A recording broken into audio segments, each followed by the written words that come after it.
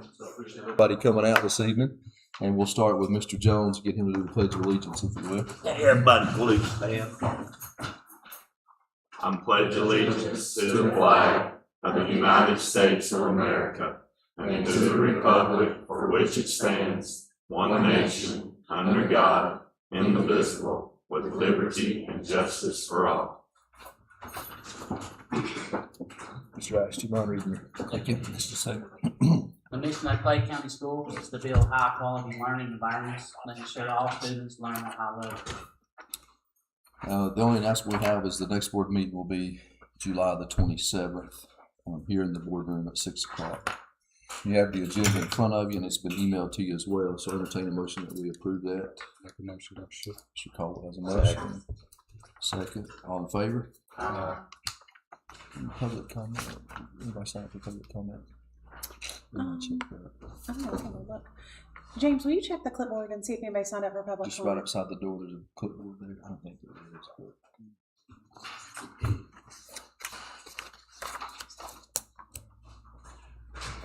Nobody. All right, thank you. So we'll go ahead and start with recognitions this evening, and we're going to start with Clay County Schools maintenance team. Stockford has that. Come on up, you guys.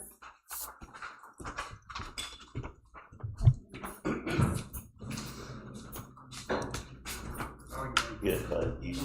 Just come on up front. Front and center, guys. Just come front and center. I just wanted to take a minute and thank my maintenance team. I could easily do this at every meeting, but I just wanted to do it this month especially. There's been a few projects lately that they have kind of taken on even without really even being asked to do. So I have a great example of that. And Jordan, if you'll show that picture. So this is a set of very, very nice cornhole boards. And if you know, we've had a district-wide cornhole tournament at the end of the school year as a morale kind of celebration, morale booster for the end of the school year. And we were always having to borrow from people, and then our boards didn't match, and there were different kinds, and some of them, the bags were very old and dusty, and so they made a big mess, and it just was not great, but it's what we had and what we could work with, and without ever being asked, these guys made us 8 sets of boards on their own time outside of the work day to get these done for us, completely without being asked and without my knowledge even really. So I wanted you all to see those, which was just incredible. The talent that they have, there truly is nothing that I can ask these guys that one of them can't just take and run with as a team. They're a very strong maintenance team, and I'm very appreciative of them. We also recently had an end of year cookout celebration, and these guys manned the grill. And even though they couldn't see because there was so much smoke and it was about 95 degrees, they never complained. They cooked all those hamburgers and hot dogs for the whole district, and it was just so great. And that goes beyond just the normal things that they do. And I have a list of some of the summer projects. This is an older list. I'm sure we've added to it by now. But just a few of the things that they're going to be working on is installing additional wall board at the primary school in the bathrooms, which will protect our walls from little ones going to the bathroom. So we're excited about that. We've added that in the hallways. These guys have put that up for us. And I know that is very tedious work and probably not your favorite thing to do. They're also adding some gravel and mortar, adding in an additional walkway, cleaning the kitchen equipment, replacing air conditioning filters and coil cleanings, and then of course anything else that our principals request. At the elementary school, they're doing a remodel of the entrance with new furniture that's being purchased by the PTO, and they're going to get that put in place. We're also adding a wall in the pods to add some additional classroom space to accommodate larger groups coming up through the elementary school. We've got the rock gym being refinished as well. Not doing a lot in the middle school because we're only going to be in the middle school hopefully a few months, so trying not to do a whole lot over there beyond just the regular stuff. We do have a new high school, the gym chiller has been replaced, and it's going to require a new road to get to it, and so needing some gravel for that. We're installing lots of mini splits. How many in high school? Nine mini splits in the high school. They've already painted lines in the junior parking lot. You remember last summer we got that with some new tar and chat, and now it has lines painted on it.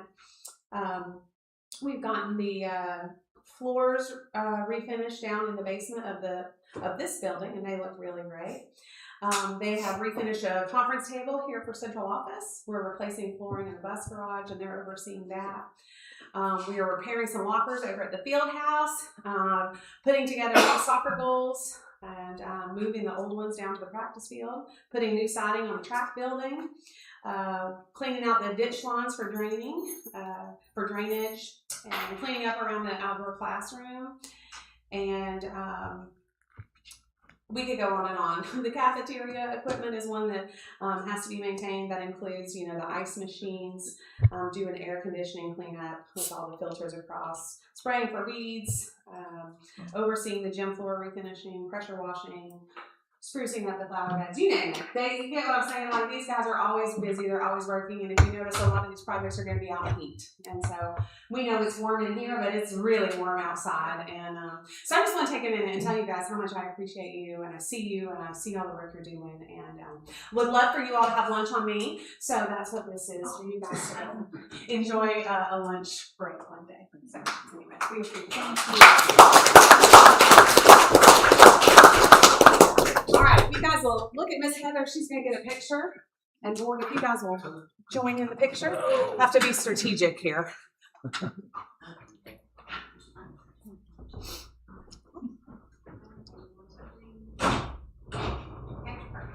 right. Thank you guys. Thank you guys. Appreciate you guys. Thank you. Thank you for doing that. Next, we have the Hazel Primary School Teacher Assistants and Ms. Heather Clemens.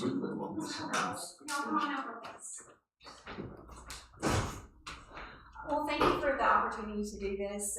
It's rare that we get to shine a light on our amazing teacher assistants. These are two of the six, Jennifer and Lauren. We had some really tremendous growth in our kindergarten and first grade teams this year, with our data, which you're going to also hear about here in just a moment. But it's always people over programs, and I know that's what you guys value as well. And so that's what we have done is get creative and finding ways to utilize our people to impact students and student growth. And so we asked them to take a step out and adding another thing to their plate.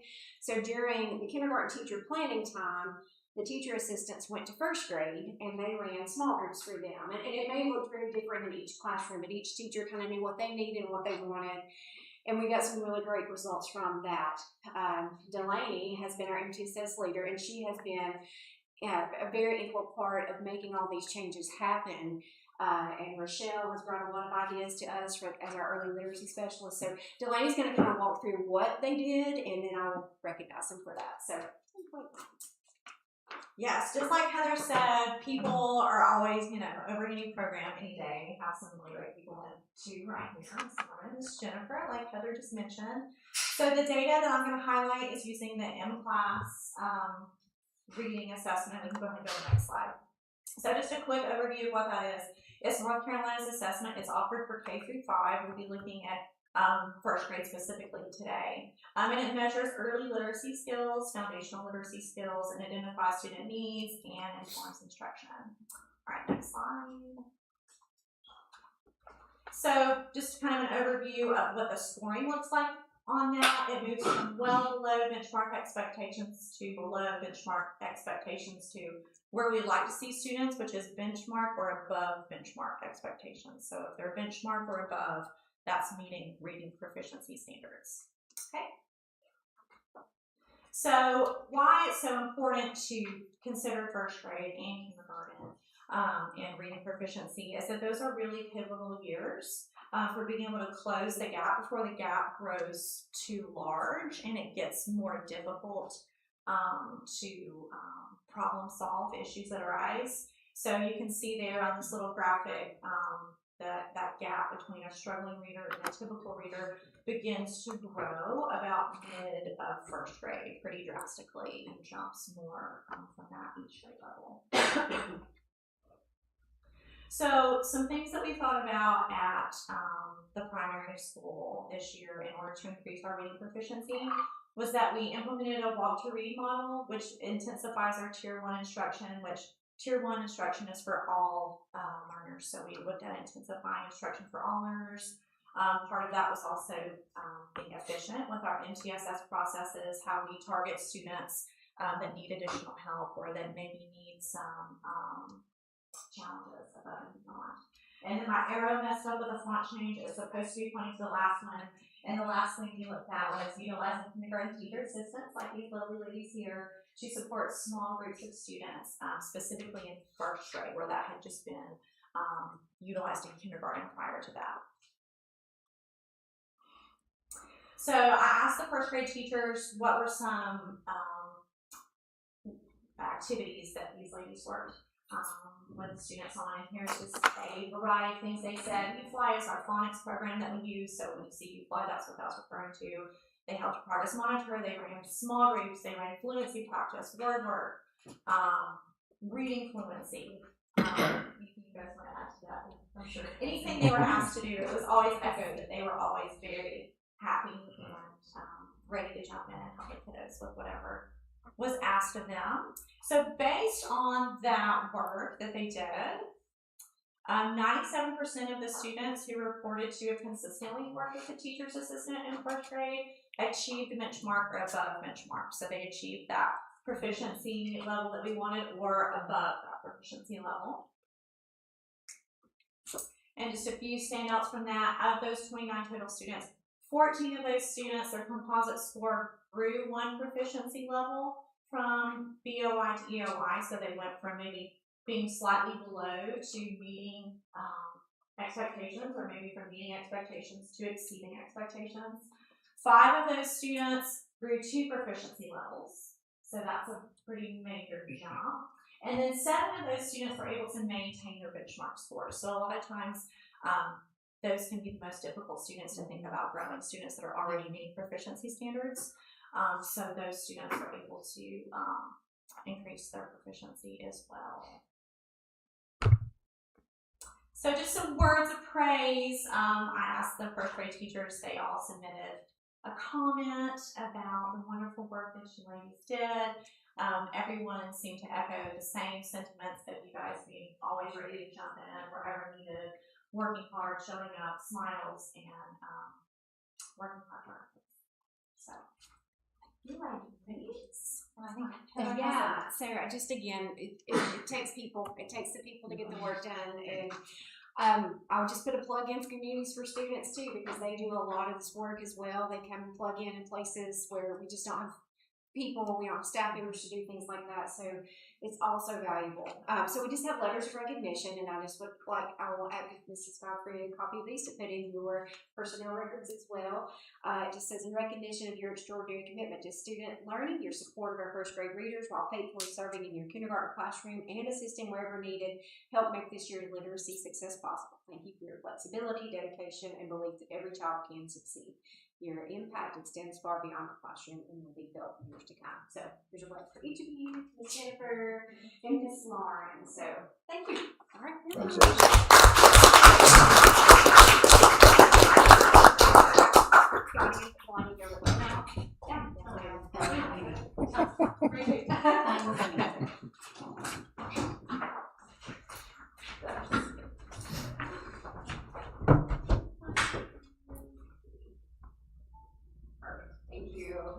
Thank you, ladies.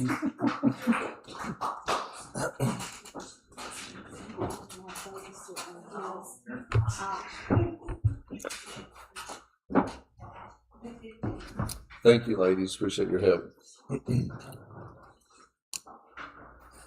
Next, we have the spring sports recognition. Coach Mike White, you're up.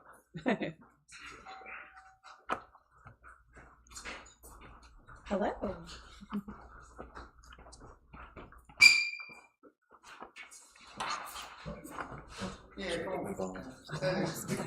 microphone. You're not in trouble. I'm Coach White. I coached the Lady Jackets soccer team this past spring, and it was my pleasure, my honor. It always is to do that. This year we had a very different season. We had quite a few players, but out of those players, we had 7 brand new players. And out of the returnees, we probably had 4 almost season-ending injuries. So we had to play a lot of those new players. She's not a new player. I'm kind of giving you an overview of what leading them. But so we had a lot of freshmen and players who had never played a game before. They've been training and working, and we had to step in and get starting positions on this team. And what we're really here tonight is to recognize one veteran player who did a lot this season. She's a defensive player, and that's very unusual for like all conference, because most of the time the attacking players with their goals and their assists get the recognition in this. Okay, Emily is what we call a center back. She's a center defender, and through the course of the season, she had over 40 steals, over 20 block shots, and over 20 tackles. She was busy. That's a lot for a defensive player. One of the 4 defensive players to have. So you can imagine, but she's fast, she's fearless, she's quick, and she's also a leader back there. Because one of the things we always saw her do during games was work with the new players, working with them, where to cover, who to cover, what to look out for, and just a real leader in helping these young players get to a much higher level. And that's what the game is about. And to have leaders on the field that help those players improve over the course of the season, make them better for next year, is a real asset to coaching staff and the team. And Emily A. There were 3 Emilys on the team. Okay, she's Emily A. Was a real asset. So she's very deserving, and I'm so glad that the other coaches in the conference recognized her on the field as a very strong player and a player worthwhile of having this all-conference award. So I give you Emily Aguilera Garcia.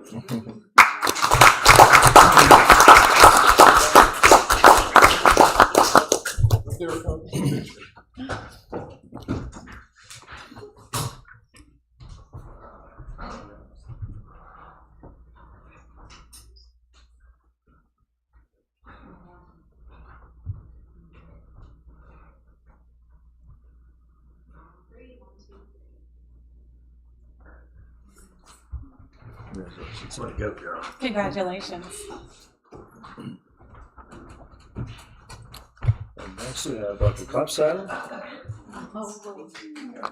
Karen says, let's do this. So I have the honor of presenting to you one of 3 Teachers of the Year, participating learning Teachers of the Year, not across Hayesville, not across North Carolina, not across the nation, but across the globe. So she was one of 3 teachers chosen. So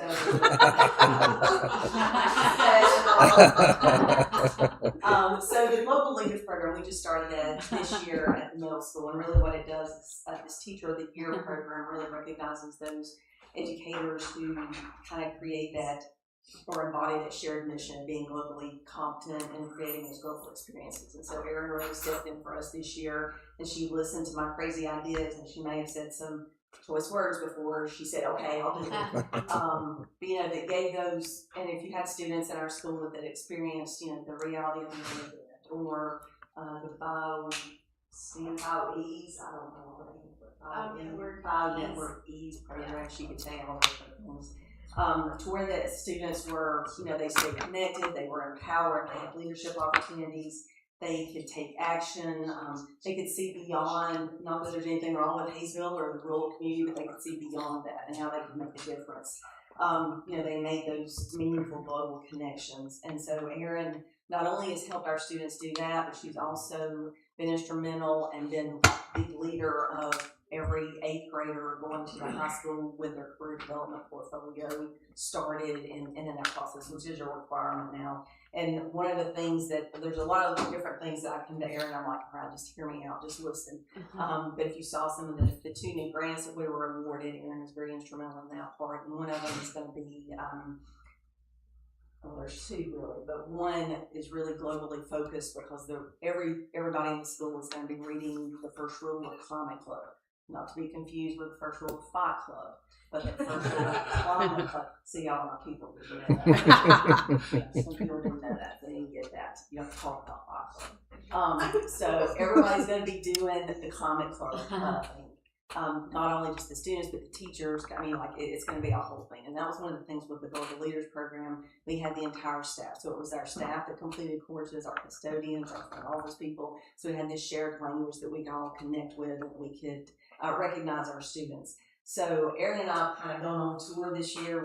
We presented at the middle school conference, North Carolina Middle School Conference in Charlotte. We recently presented at the Academic Innovation Conference in Asheville, and now that we got those 2 grants, I'm like, crap, we really have to do this now. Now we need to go back and make sure we do everything and present those. But I'm going to let her talk a little bit about everything she's done this year. You get to talk. I had no idea. I'm not the kind of person who turns loose without a script. We were just really focused on providing students opportunities to develop their human intelligence skills, like not programs on a computer, but opportunities to talk to people, to think critically, to solve problems. So we planned 8th grade. We want to make sure every grade level had a STEM activity. So 8th grade, we partnered with BioNetwork to create an EASE event, and it was an effective, authentic science event where we all went to Tri-County. We were presented with a mystery to solve, and students rotated through different classrooms and used STEM equipment to solve this crime for this mystery. So that was 8th grade. For 6th and 7th, we had a beta box come, and students programmed and flew drones, and they got to build and navigate robots. So that was really fun for them. We had a career fair where we partnered with Ravonda Palmer to get our 8th grade in a career fair. We had a reality of money event, which was hysterical. If any of you got to come, students were, when they walked in, they were provided with a lifestyle, a career, a salary, a family status, and they had to build their monthly budget by rotating around. And we had over 30 volunteers at that event to make that happen, and the kids were, their eyes were open. It was very enjoyable for us to watch.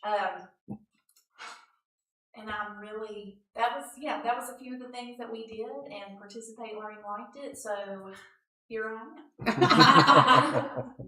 We did not get her, Miss Godfrey and I were talking. She's like, well, should we get her flowers? I'm like, she got a brand new MacBook and $1,000. Why? I think she should. I also got a certificate. She got a certificate. It's fine, you didn't break me. But anyway, I just want to say congratulations to her for all her hard work and effort, and we got some great things planned for this upcoming year too. So Congratulations. It's awesome.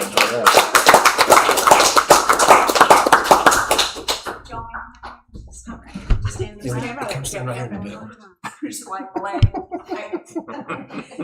She'll autograph your Yeah. Yeah. 1, 2, 3. All right, good deal.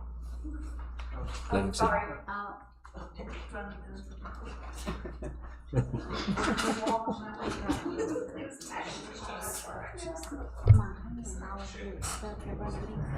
Thank you, ladies. Congratulations. Yes, congratulations, Amy. So next we'll start with our report section. We got Mr. Jim Saltz, Ms. Ann Gibson.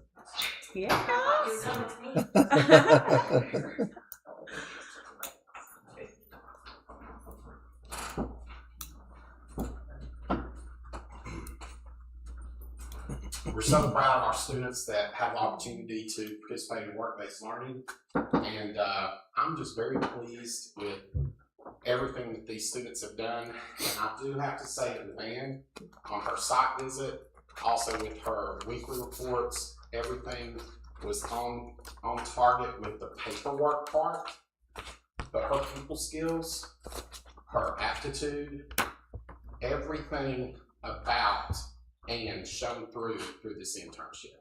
So I'm going to turn it over to her and let her talk about it. Well, I'll be short and sweet, y'all. I do know this is not normally when you present on these internships. The lovely thing about all of our CTE programs is they make you very employable.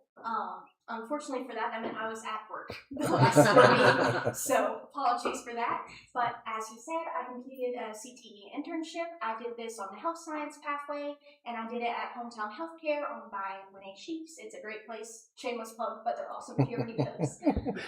So I was able to do the CNA class and got that certification in December at Hayesville, and then jumped into this internship that January. So that was a nice just pathway to follow there to be able to apply those skills.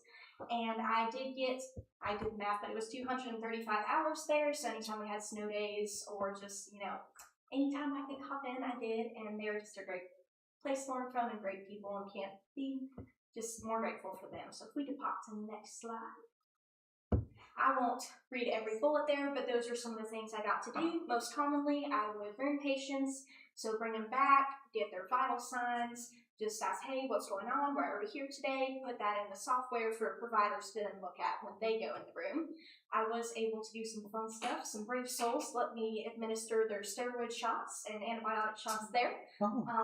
Got to just do some eye exams, drug screens, flu swabs, just the things that come with primary care visits.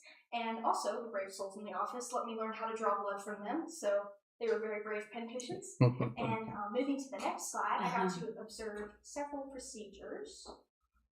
And some of those were honestly a bit interesting. But so I got to see just how different numbing shots work, how different things happen in the office. Most commonly were toenail removals, wart removals, seeing some sutures both removed and put in for various wounds, and then some various birth control methods.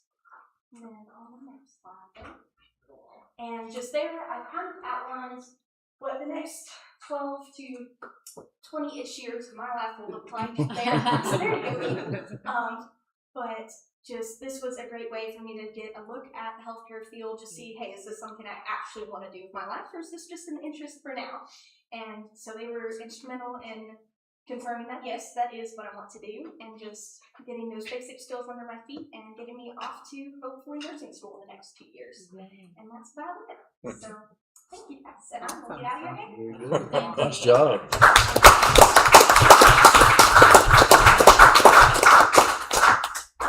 Come on up, come on up. Just to let you know a little bit of context, 120 hours is what's required. She doubled that. It's a bit of an overachiever, y'all.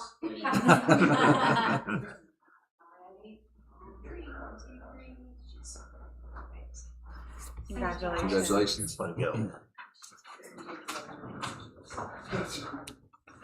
Next we have the primary school data, Ms. Clemens. We're back. Our data was a little bit different than the rest of the district because we don't have EOGs and EOCs, so that's why you get a primary school presentation. I've done this every year, every time, so I'm just going to speed through these things. We use two different data sources. We are using STAR and we're using in-class. So STAR, we have that for reading and math, and that's a one-on-one. I'm sorry, on a device. In-class is one-on-one with an individual teacher. The color codes do not match the two assessment pieces. In STAR, green's good, and then blue is just below, and it's the opposite in in-class, since that makes perfect sense. So if you're looking to go to the early literacy page, that would be good. This is just looking from beginning of year, middle of year, end of year for each of the 3 grade levels. And what you can see is we see that consistent growth in our green, and that's what we're looking for.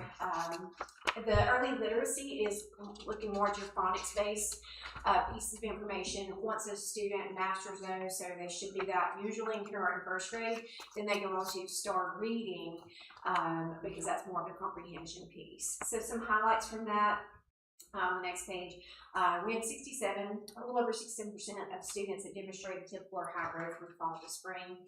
So we're really proud of that. And more than 2/3 of our students met or exceeded expected growth, with 33% achieving high growth and 34.5% achieving typical growth. Moving on to the next one. This is the reading, and you may look at the kindergarten there on the end and think, oh, that's not very good for end of year. Again, these are kindergartners who are actually advancing to this program, so they are working their way into the comprehension piece. Typically, our kindergartners are only on the start early literacy, so that's why that may look a little skewed there. That's actually really great that we have kids in kindergarten that are ready to take that. So again, thanks to the kindergarten crew and our assistants for all that work that they do. And we've just got some highlights there from each of the grade levels. We won't get into all of that, but it's all there for you to see. Anything you guys have questions about, absolutely ask me. And then the third thing in STAR is math. So we just have an MOY to EOY comparison here. Pretty consistent. We didn't get tremendous growth, but I think the measure that we're using, we're looking at maybe doing a few things differently next year with aligning our interventions with what's being assessed here, because it's a match-up grade right now, so we're looking at doing a few different things there. Some highlights there on the next slide is we did have 76% of our students demonstrate typical or better growth from fall to spring. It's nearly a 2% increase of students meeting or exceeding the district benchmark, so we're pleased with those results. All right, now we're going to go on to in-class, and I'm going to turn that one over to Delaney because this has been her baby, and she knows all things. Everything in-class, she knows. Also, As for all the things. not everything. Yeah, so back to in-class again. We can go to the next slide. So, like Heather mentioned, the color system is a little different from STAR, but we've progressed from red to blue, from not meeting proficiency to above proficiency standards. So the most exciting point on this slide is that we had a school improvement team goal that we established during the summer of last year, that we would have 70% or greater of our students be at or above grade level on their composite score, and we did meet that goal, and we exceeded that goal. So we ended with 74% of students in our school meeting or exceeding those grade level expectations. So here is a snapshot of kindergarten's growth from beginning of year to end of year.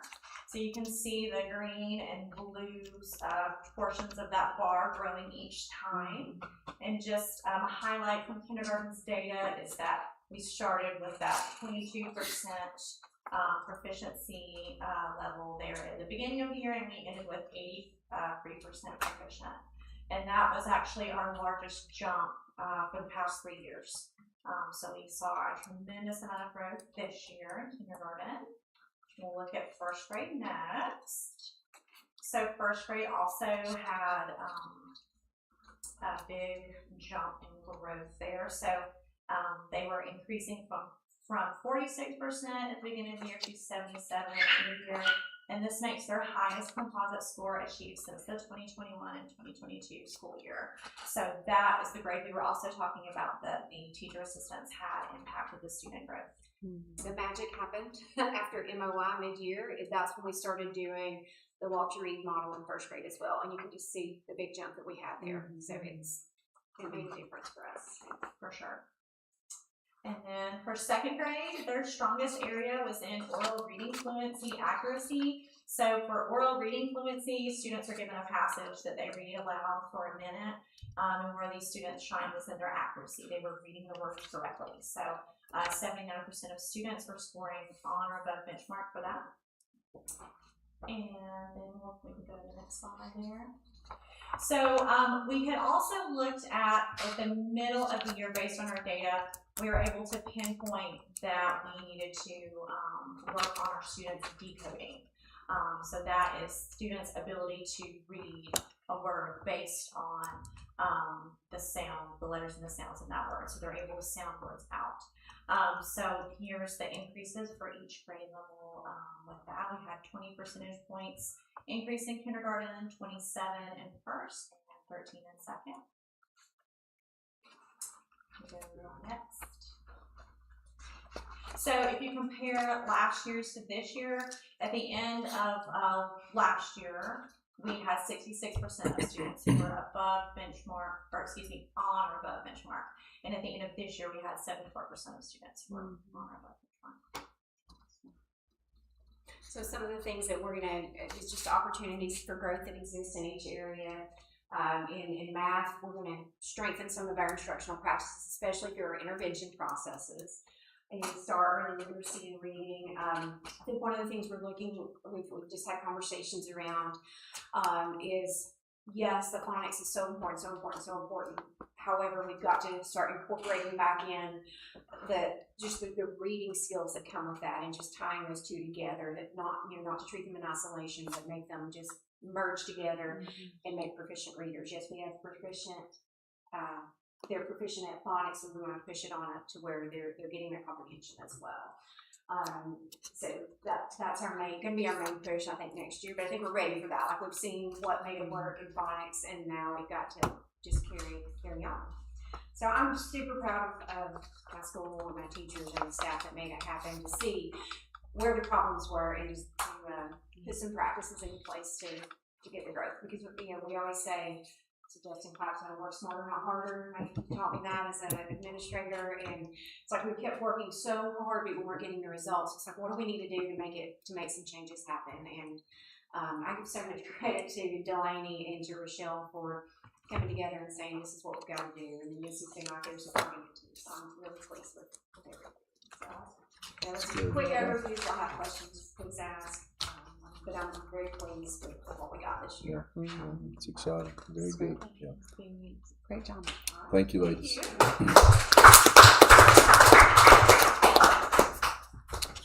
Scott, you're up.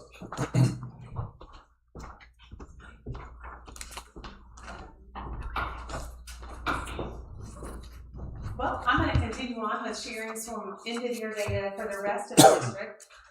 As you all likely know, we get school performance grades in late August, usually the very end of August or early September. And that allows us to figure out what our final school performance grade is, which of course we don't know at this point because we have to wait on EVOS growth to come out. And that doesn't come out until, like I said, late August, early September. Until that time, we really don't know what our school performance grades are going to be. We also don't know how we compare with state averages or regional comparisons, any of those things. So we decided among the principals that I was going to give you the big picture overview, and then when the school performance grades come out, let each principal speak with you about their individual schools and their plans moving forward based on their data. So I get the pleasure and honor of bragging on each of our schools and what they've accomplished this year. And so I'll start with the elementary school. So much to celebrate at the elementary school. And what really excites me about what's happening at Hazel Primary and what's happening at the elementary school is if we can get these babies on grade level early, then it'll be easier to keep them on grade level as they move into middle school and high school. And so seeing these big jumps with our youngest students is really promising and encouraging for our middle school and high school coming up, especially. So Hazel Elementary School was up over 6% over last year. That's very hard to do. And so being able to do that in 1 year's time is huge. You can see their overall math was above 70%, and they had an 8.7% increase in math. Math tends to be the area that's the hardest to grow. And they did a phenomenal job. Reading was up 2.6% overall to finish at 61.2%. And science was up to 77.2%, which was a 9.4% increase. So great job to the elementary school. Super proud of all you all have accomplished this year.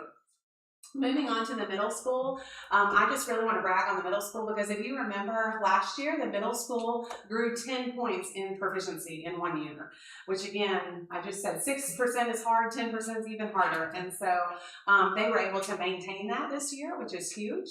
I know that Dr. Popsaddle is always looking for more and more improvement, but I told her she has to really celebrate being able to maintain the huge growth they showed last year. So you can see both reading and math overall are plus or minus a percentage point over last year. So very proud of the middle school. And moving on to the high school, lots to brag about there. High school is a little bit different. So high school gets to factor in some things into their overall achievement that don't apply at the other schools. That includes things like math rigor, it includes the ACT work keys, it includes the graduation rate, it includes English language learner progress, all those kinds of things. As of right now, the preliminary data, the high school is up 4.8 points on their overall achievement. They maintained their overall proficiency, plus or minus 1%. That is true of the math and reading combined score. It was 0.2 of a point different than last year. The big celebrations include the graduation rate is up 6.2% all the way up to 93%, which we're super proud of and excited about. Biology increased over 4% and ACT work keys was up 2.5%. So lots to celebrate at high school and lots to celebrate at all of our schools. And so overall our district improved proficiency 1.6%, so we're very proud of that. If we had scored last year where we scored this year, we would have been in the top 10 of the state. So, of course, I don't know what that's going to look like this year because it's all relative to other districts and how they did as well. But we will know those types of things in late August or early September. So I just wanted to give you kind of a big picture overview. We'll be doing a lot more digging into this over the next few months when we get a little bit more data. But just wanted to brag on all of our teachers, our principals. Our principals especially are the backbone of all of this success. And I just am very proud of each of them. Very good. Do you have any questions? Questions or comments? All right. Thank you. Well, moving right along, I guess. Next up, I'm just going to give you a quick update on strategic planning. So what I can tell you is that all of our pillar teams, all 8 of them, have completed their draft. They all have goals and action steps to go along with their pillar. And we had a convening in June where all of 8 of our teams came together to review the entire draft. So that was a couple hours for us to look at it and go through it all. And on the next slide, you'll see that we are at a place of pivoting. So if you'll remember back when we first started talking about the strategic plan, the goal was to have that approved at this board meeting. However, once we viewed the draft, we had lots of overlap between pillars, and that's not a problem, in my opinion. It means that there's a lot of consistency in what our staff feel like we need to work on. But it has caused us to have to kind of back up and punt and determine, are we going to keep it in both pillars? What should go in this pillar versus what should go in this pillar? So it's required an additional level of tweaking that we really didn't need a lot of time for. And we also had promised our stakeholders, both internal and external, that we would put out a draft to get additional feedback before the plan was finalized. And because of the additional tweaks that have been needed, we've not had an opportunity to do that. So our plan now is to seek that stakeholder feedback in July and present our draft at the July board meeting, which will still give us enough time to have that in place well ahead of the start of the school year. So anyway, just all that to say, we are very close, but we're taking a little bit of a pause and pivot until next month, if that's okay with people. So I'm excited though about the consistency that we found among stakeholder input, so that we're working completely independent of one another. So that's exciting to me. All right, me again, I think. Yep. Superintendent report. Superintendent I'm report. going to start with introducing 2 of our new directors. So if you guys will come on up, Miss Kayla, James. I know that most of you on here know them or have met them, but I wanted to just let you put a name with a face. So this is Miss Kayla Long, and today is her, I guess Friday. Today, I guess, is her first official day in the child nutrition director role. And so her new bookkeeper started today. And so she's officially transitioned into directorship. And we have welcomed aboard her new bookkeeper. And so they've hit the ground running. And we're very excited. Kayla has been a huge asset in our child nutrition program. She is one of those people, just like Jenny was, that isn't afraid to get in there and do whatever is needed, whether it's serving the kids or cleaning or running the register. This girl can do it all, and will do it all and never complain about it a bit. And so we're super excited to have her. She's very passionate about feeding kids and for the cafeterias to be a welcoming and place that kids like to come eat. So anything you want to say? Thanks for putting me on the spot. No, I'm just really excited. I'm really grateful for this opportunity to serve the children of County and make sure they have yummy food. Yep, and we will do that. Welcome aboard. Yeah, and we also have James Phillips. James, today is his first day, so he's putting in a long day for his first day. And we have welcomed James. He'll be taking over. His official title is Director of Student Services and Athletics, and so just to make sure everyone knows what that means, he's taking over the Student Services part of Ms. Owens' role. Congratulations to Ms. Owens, who's transitioning to Superintendent of Cherokee County Schools.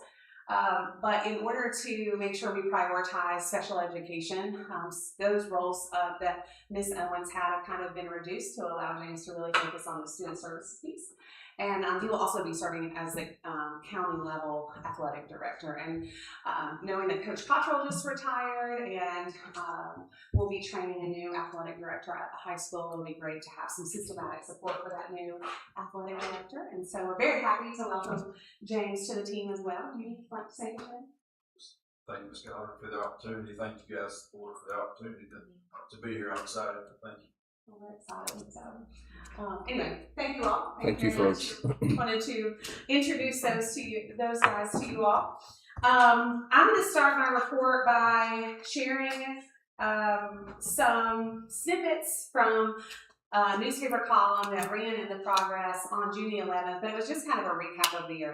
There is nothing I'm going to say that I haven't covered at another board meeting, but I think it's just really powerful in June as we wrap up the year to really reflect on all the great things that have happened.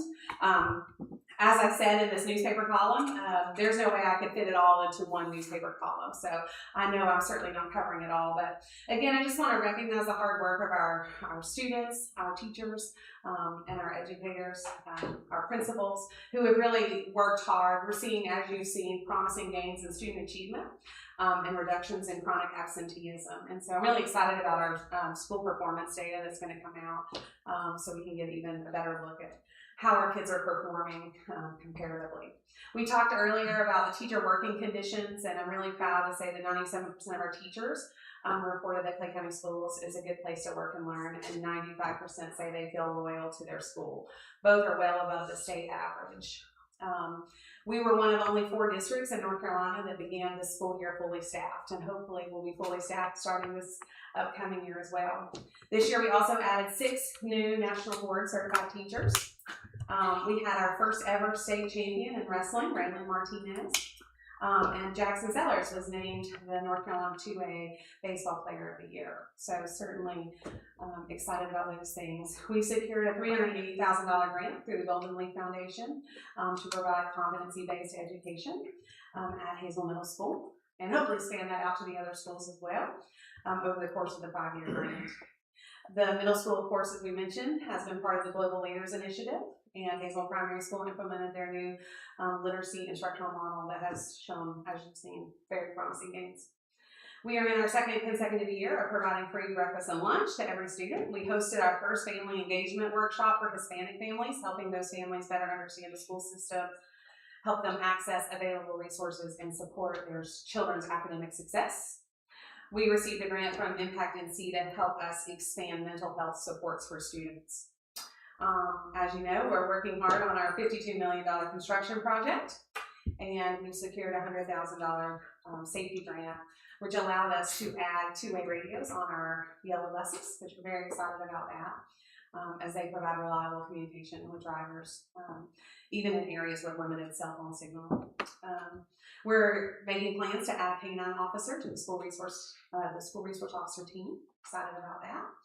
We have upgraded the air conditioning in the high school gym, and that is nearing completion with the installation of the new air handlers.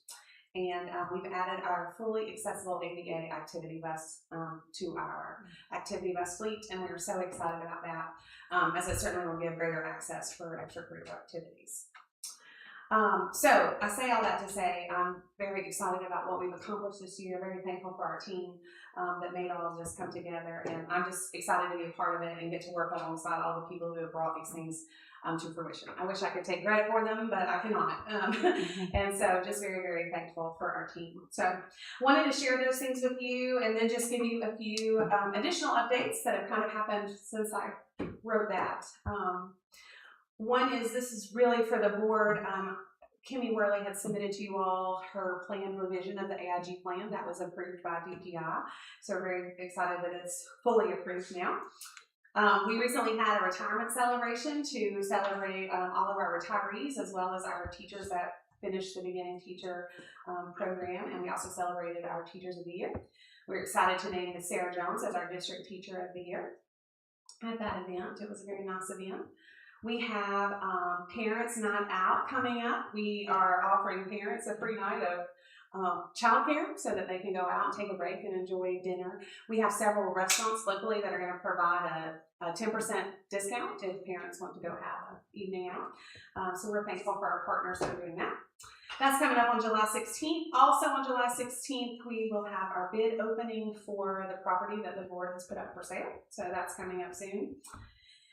And a few school highlights to share with you. HPS has summer reading camp going on. That encompasses kids in 2nd and 3rd grade, or second.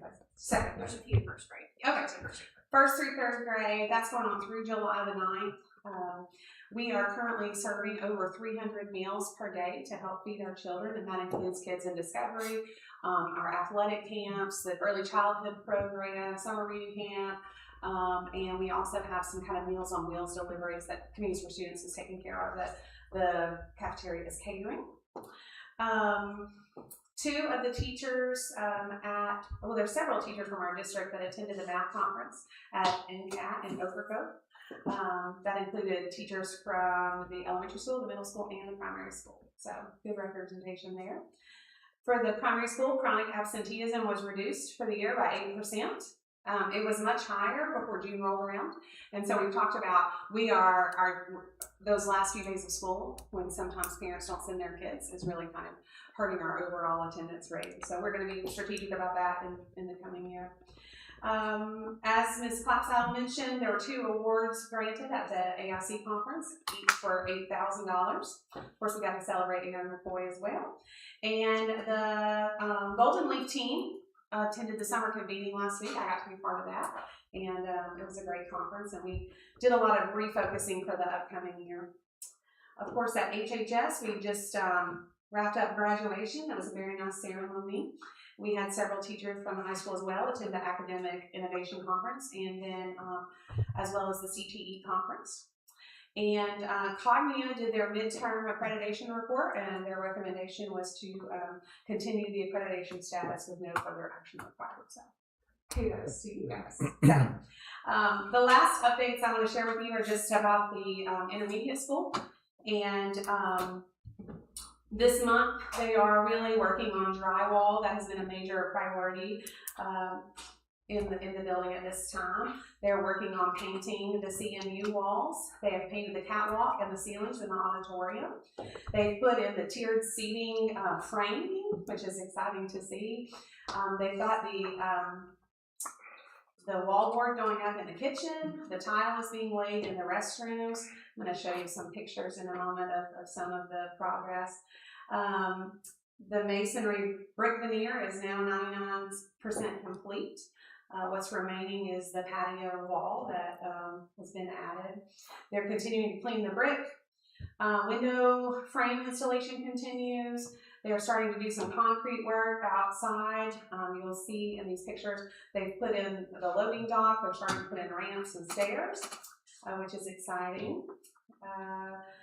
The metal siding continues. It's about 90% complete.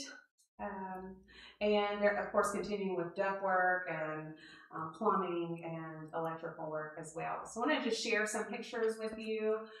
This is a shot at the the interior courtyard. So this is kind of where the buses would drop off in the morning, and leading into that walkway leads into the cafeteria. Let's see. Did you already go through these, Jordan? No. Oh, okay. There's the new loading dock. That's a lot of concrete, y'all. We had a lot of concrete trucks backing in to create that. But that is our loading dock there. Of course, there'll be some handrails that'll be put up there as well. There's a closer shot at that retaining wall and the loading dock there. That is the finished paint in the cafeteria. So you can see the yellow there is the entrance to the cafeteria. And just give you an idea of what the colors will look like in there. That is outside of the cafeteria. That is how our elementary students and high school students will access the cafeteria. So that there's a handicap accessible ramp along with the stairs there. You can see we're obviously not to finished grade yet, so those look a little peculiar at this time, but they'll look normal in a few months. There's the wallboard in the kitchen of the cafeteria, so really excited about that. It'll certainly help them keep the surfaces clean in there. There's the framing for the tiered seating in the auditorium, and you can also see the ceiling and the catwalk there as well. And there's more ceiling. That's just the look coming in from the main entrance where the staff and parking lot will be, or where student drop-off is. That will be the look going in the main entrance there. That's on the side closest to the rock gym. That was designed to be a playground for the elementary wing, so it'll just be some green space for our students in the meantime. That's Dr. Clapsow's office. She was not able to be with us for the walkthrough because she was traveling, and so I wanted to make sure she knew what her office was looking like, so that was for her. And that is our 6th grade hallway. You can see that it is really taking shape. Starting to look like a hallway there. This is one of our smaller classrooms that will be used for resource, one of our smaller group classrooms. That's the student bathrooms, and I love them so much. They're so pretty. If you'll remember, all of our bathrooms in this building that are in the student areas are single stall bathrooms, and so I just think they've really turned out really pretty. That's my favorite part of the building, the yellow jacket and the brick. And so I was really trying to figure out how we could get a yellow jacket on the other side of the building that you can see from the bus garage. And I was quickly reminded that when we build the other wing, there's one on that side too. And so we just need $14 million so we can build that and not have another yellow jacket. So I think that might be the last one. Okay, any questions for me about any of those things? Ms. Blocker, are we still on track? We are still on track. Yes. I will say that today our team submitted an emergency remote instruction plan to the state. We have not used remote days for several reasons. One is we don't send devices home with kids unless they're in high school.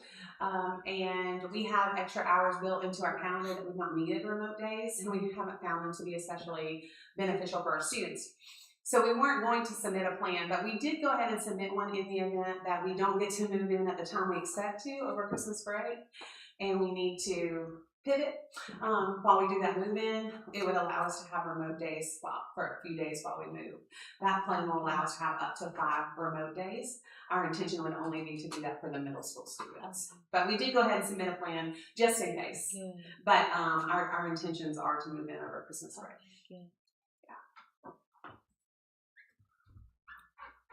Any other questions? That was all. Good. Thank you. Lots of good stuff, though. Next, Ms. Hollingsworth, the insurance summary. I have several things. She does. I need to just stay up there for a while. Yeah, I'll stay up here for a few minutes. Okay, the first thing we'll go over is the insurance renewals for the 26-27 school year. On that first page, and I did, you have a hard copy, and I also put it in the board folder on the Google Drive as well. The liability insurance with the North Carolina School Boards Trust is basically the same coverage, core coverage as last year. That includes the errors and omissions, the general liability, cyber reimbursement, which is not to be confused with our actual cyber policy that we have that's separate, drones, and abuse liability. The deductible there is still $5,000. The premium did go up a little bit to $2,395, which is $193 more than the year before.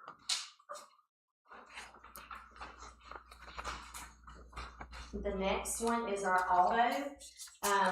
We are recommending that we go with a new carrier. We're trying to bundle with our workers' comp to get a net savings. You won't really see a savings here as far as what the new premium will be for the auto insurance. However, when we see the workers' comp, we will have a net savings of $8,220 for bundling those two with the current broker we have with Surrey Insurance. They were able to work that out for us. So that premium for the upcoming year will be $9,212. That gives us general liability, which is covers the bus garage and the garage for the automotive program.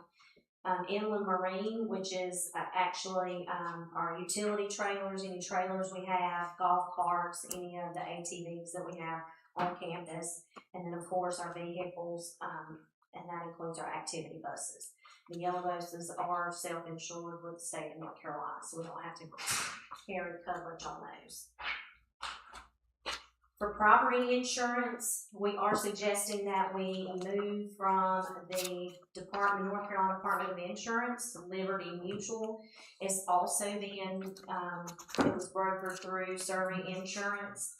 It also includes boilers and machinery, which previously had to be a separate policy with the Department of Insurance. We're projecting an overall savings of around $5,777 when you compare it to what we had been paying before, because we did have to pay that boiler premium separate. So the total amount for this coverage will be $51,572, and that is buildings and content for an amount of over $66 million.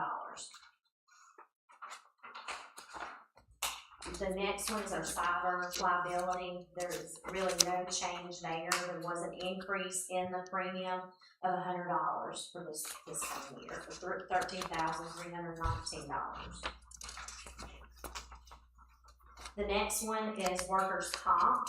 And again, that's with EMC, with Surrey Insurance being our broker for that. Our experience modification went down, and that modification does drive some of our costs along with what our projected payrolls are. So we are projected, along with the savings we get for bundling, to be at $16,282 for this year. So comparing that to last year, that's quite a nice savings. That's $9,600 less. On the student accident, there's no significant changes there. This includes all students and athletics. Bounce houses are still covered, and that's a $6,438 premium, so that will remain unchanged.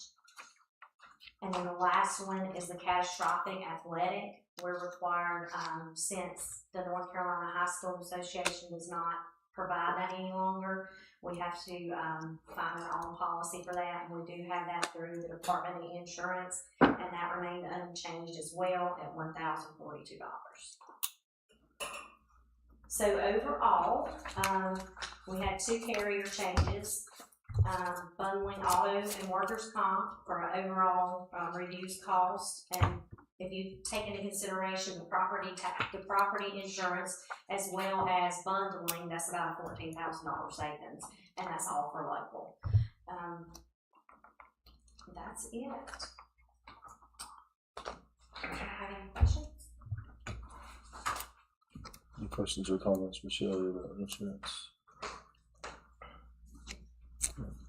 If not, I'll entertain a motion that we approve this insurance summary as presented. Make a motion with approve. Mr. Jones, Ms. Crawford seconds, all in favor? Thank you. And budget amendments, So, you know, these are the final budget amendments for the 25-26 school year. The year-end adjustments are mainly to align our actual revenues and expenses prior to closing the year, which all that work will happen mostly tomorrow. Across all funds, we reviewed each program and completed necessary budget transfers to ensure expenditures are recorded in the appropriate DPI chart of account codes so that we don't have any year-end budget overages. For the state public school fund, we did budget an additional $48,592.31. This was for school psychologists. That's a position allotment, so we needed to go ahead and budget what we needed to cover those actual salaries for the year, which was $7,476. Instructional support, again, that's a position allotment. We needed to budget an additional $3,349.86 there. We have our longevity, our annual leave, our bonus leave, and our short-term disability account. That is a guaranteed allotment, $35,761.16, and then we have our sub reimbursement for our paid parental leave, and that was $2,004.98. The rest of those changes you'll see there is what I mentioned earlier. That's cleanup work to get all of our expenses in line with DPI's chart of accounts. Are there any questions on the state? Okay. For the local current expense fund, one item you'll see, I needed to correct the original budget by moving the budgeted fines and forfeitures out of the county appropriation. It had been included in the county appropriation for the year, so I needed to move that out. Then we needed to recognize additional forestry revenues received this year, so that was $75,882. And then we needed to budget miscellaneous revenues. This is like subs that get reimbursed for athletics events where they have to leave early and we have to get a sub for the rest of the day, or if one of the other agencies within the state is going to pay for a sub for a teacher to be out of the classroom. That was an additional $13,799 for a total of $53,306 almost. And then the rest of those changes again are for the realignments for the chart accounts. Are there any questions there? For the federal grants fund, they did release a small amount of money right at the end, so we needed to budget those amounts there. That was an additional $9,352, and I have each detail of which PRC program that those went in. And then the rest of those changes are again for aligning actual expenses with the chart of accounts. For the capital outlay fund, due to our needs across the school system, we have heavily relied on the R&R funds this year. So we needed to budget the rest of those, and some of those, the original request may have come in a little under or over, so we have to adjust the budget as necessary for those. And there were a few that were lingering right at the end as well that we needed to go ahead. And then some of these projects, you've already approved the contracts. They're just those projects that are going to get started before fiscal year end, and some of the invoices may be paid. Some of them require deposits, but they won't actually be completed until next school year. And then we needed to appropriate a small amount of fund balance of $992.83 for a total of $309,976.64. And I've got details for each of the R&R projects that we had to make sure we had budgeted. For the school food service fund, again, Jenny and Kayla went through, they looked at their revenues, they looked at their actual expenses, and we did the necessary changes to the revenues and the expenditures based on actual collections and actual expenses. And we needed to go ahead and appropriate a fund balance of $45,750. And then we also are required to budget any of the interfund transfers, and these are any funds that we pay from other funding sources on behalf of the program. We pay the child nutrition director's salary in order to meet our match that's required by the state. We pay that on behalf of the program, as well as there are some instances where we have other items that we may pay out of Fund 8 that were donations for the child nutrition program, where we may have used those funds. We got to make sure that we show those as transfers into that program. So that was a total of $311,720. Last but not least is the Fund 8, the other revenue fund. We will need to budget an additional $219,395.73. This includes miscellaneous revenue. That's made up by, we participate in a virtual and purchase card program that allows us some rebates. So we need to budget those funds. The funds that we pay on behalf of the middle school and the high school for athletics, a lot of the payments that we pay have to process through our payroll. So at the end of the year, we have to get a reimbursement from the schools, but we also have to show that as an expense on our books as well. The local tuition we collected for the year, the discovery program. At the beginning of the year, we usually just project what we feel like the revenue is going to be, and by the end of the year, we need to even that out by the actual collections. So there's additional money budgeted there. For the Gear Up grants, indirect cost collections that we were allowed to take from that grant for running the grant through our, being the fiscal agent for that grant, basically. And then Medicaid reimbursements, and these are just claims that we had outstanding from October, November, December of 25, the January, February, March of 26, and April, May, and June of 26, which is the quarter we're getting ready to close, should be about $140,000. And then the rest of the changes are to do with aligning all those expenses according to the chart of accounts.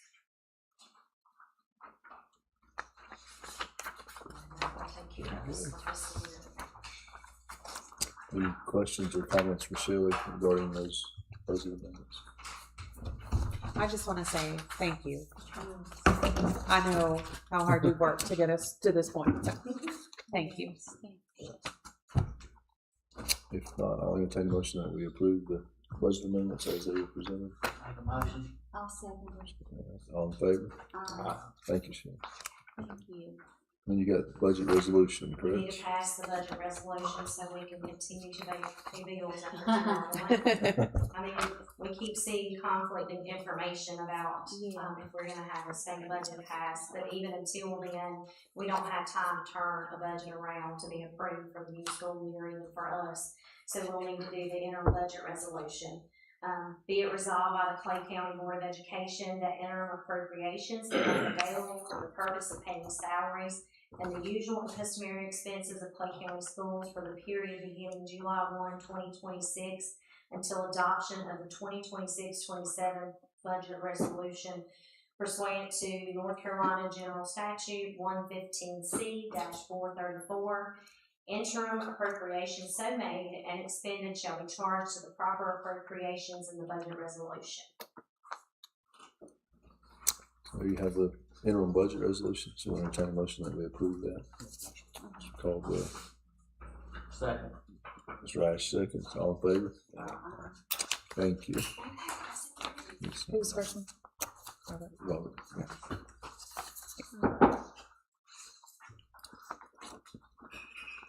I think it's me. Yep. Y'all just thought you were going to. Thank you. We have the change order number 5. Ms. Stuffer has that.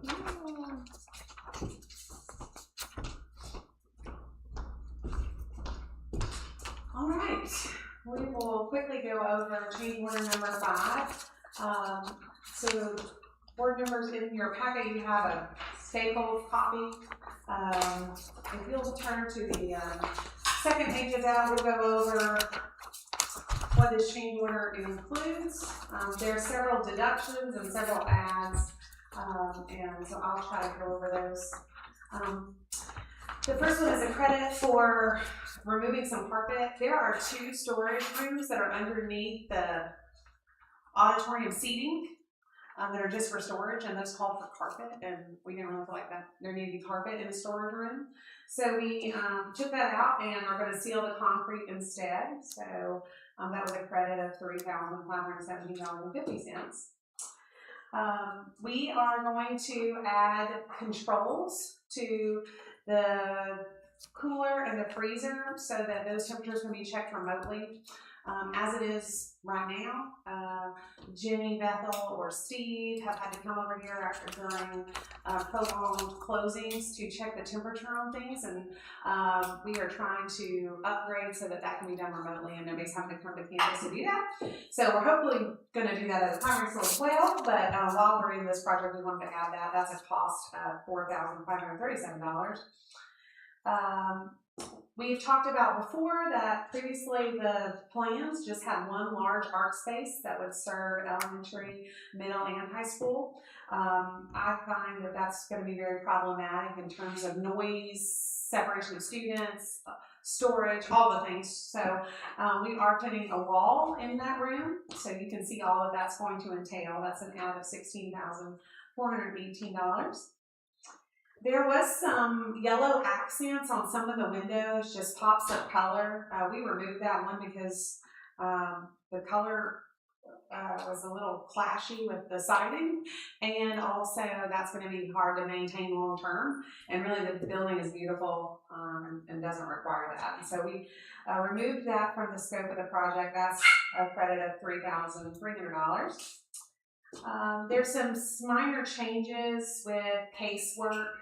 Some of those are ads, some of those are credits. Overall, it comes to an add of $1,194. I previously spoken with the board about the retaining wall for the patio. That's the wall that you can see as you're coming up from the bus garage. There was not a finish identified for that, and so we discussed that, adding brick to that so it'll have longevity and match the building well. That's an add of $27,013. There is some changes to electric heaters. There was one in an open stairwell that wasn't needed, and then we needed a power feed for another one, so that's a credit to the project of $337. There are places that need to be painted that were not called out in the specs, and so you can see all those places that are listed, but that's a total of $20,000, $20,950 for the additional paint. We have a credit for door hardware of $8,000. We simplified the door hardware a little bit. There is a cost of $825 to add some additional sheetrock around a duck chase in room 418 and make that look a little better. The drawings also call for the lockers to sit on the floor. The locker manufacturer recommends that there be a base for those lockers. The choices for that are either a metal base or put a concrete curb in. We don't really want a concrete curb that if you ever want to take the lockers out and replace them, that you'd have to deal with a concrete curb. So we think the metal base that just is part of the locker unit would be the best fix there. So that's an add of $6,500. So that's a total add of the project of $125,000, $926. So I wanted to just call attention to the overall budget because that sounds like a lot of money, and it sounds a little scary when we start talking about numbers that large. So if you look at the chart that is also in your folder, the single sheet, you will see that at our change order 1, we had a credit to the project of $354,000, and so we're still working off that initial credit. So after this particular change order, that credit will be, we're still $119,800 to the good. Now, the overall contract price is higher than where we originally started, and that's because of adding the $268,000 of IT work into the contract that we did a change order for. That was originally budgeted outside the project, and it's being brought into the project, but it is from a different budget, and so we are still, as far as the actual scope of the project, even with this change order, we're still $119,800 ahead. Have any questions I can answer? I'll try my best. Any questions or comments from the staff or the chamber? If not, I'll entertain a motion that we approve the change order as it is presented. Mr. Ash has a motion. Is there a second? Mr. Caldwell seconds. All in favor? Thank you.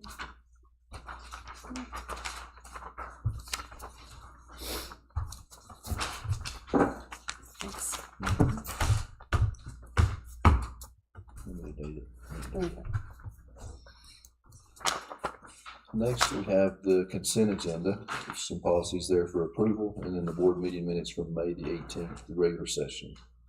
Any discussion of that, or I'll entertain a motion to approve the consent agenda? I'll make a motion to approve. Mr. Crawford has a motion. Is there a second? Second. Mr. Ash seconds. All in favor? Thank you.